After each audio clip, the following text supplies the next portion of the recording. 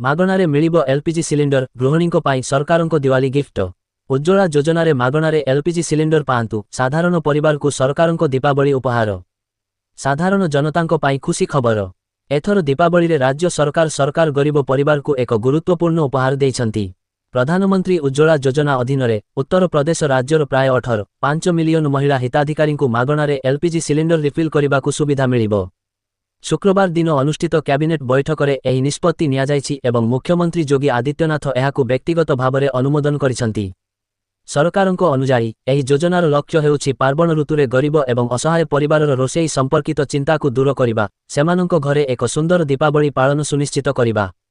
ଏହି ଯୋଜନା ଅଧୀନରେ ଯୋଗ୍ୟ ମହିଳାମାନେ ଅକ୍ଟୋବରରୁ ଡିସେମ୍ବର 2025 ମଧ୍ୟରେ ଦୀପାବଳି ସମୟରେ ଏକ ମାଗଣା ସିଲିଣ୍ଡର ପାଇବେ। ଏହା ସହିତ ଜାନୁଆରୀରୁ ମାର୍ଚ୍ଚ 2026 ପର୍ଯ୍ୟନ୍ତ ହୋଲି ସମୟରେ ଆଉ ଏକ ମାଗଣା ସିଲିଣ୍ଡର ପ୍ରଦାନ କରାଯିବ। ଆର୍ଥିକ ବର୍ଷରେ ଏହି ଯୋଜନାରେ ମୋଟ 1385.34 କୋଟି ଟଙ୍କା ଖର୍ଚ୍ଚ କରାଯିବ, ଯାହାଦ୍ୱାରା ପ୍ରତ୍ୟେକ ଯୋଗ୍ୟ ପରିବାର ଉପକୃତ ହେବେ। ଏହା ମନେ ରଖିବା ଗୁରୁତ୍ୱପୂର୍ଣ୍ଣ ଯେ ଏହି ଯୋଜନାର ଲାଭ କେବଳ ସେହି ମହିଳାମାନଙ୍କୁ ମିଳିବ ଯେଉଁମାନେ ଉଜ୍ଜ୍ୱଳା ଯୋଜନାରେ ପଞ୍ଜୀକୃତ ହୋଇଛନ୍ତି ଏବଂ ଯେଉଁମାନଙ୍କର ନାମ ବିପିଏଲ୍ ପରିବାର ଭାବରେ ତାଲିକାଭୁକ୍ତ। ସେହିପରି ମାଗଣା ସିଲିଣ୍ଡର ପାଇବା ପାଇଁ ସମସ୍ତ ଆବଶ୍ୟକୀୟ ଡକ୍ୟୁମେଣ୍ଟ ଅପଡେଟ୍ ହେବା ଆବଶ୍ୟକ ଏବଂ ଆଧାର ପ୍ରମାଣୀକରଣ ସମାପ୍ତ ହେବା ଆବଶ୍ୟକ। ସରକାର ହିତାଧିକାରୀଙ୍କ ପାଇଁ ଆଧାର ପ୍ରମାଣୀକରଣର ଶେଷ ତାରିଖ 31 ଡିସେମ୍ବର 2025 ଧାର୍ଯ୍ୟ କରିଛନ୍ତି। ଯଦି ଏହି ପ୍ରକ୍ରିୟା ଶେଷ ତାରିଖ ସୁଦ୍ଧା ସମାପ୍ତ ନ ହୁଏ, ତେବେ ଆପଣ ମାଗଣା ସିଲିଣ୍ଡର ପାଇବାରୁ ବଞ୍ଚିତ ହୋଇପାରନ୍ତି।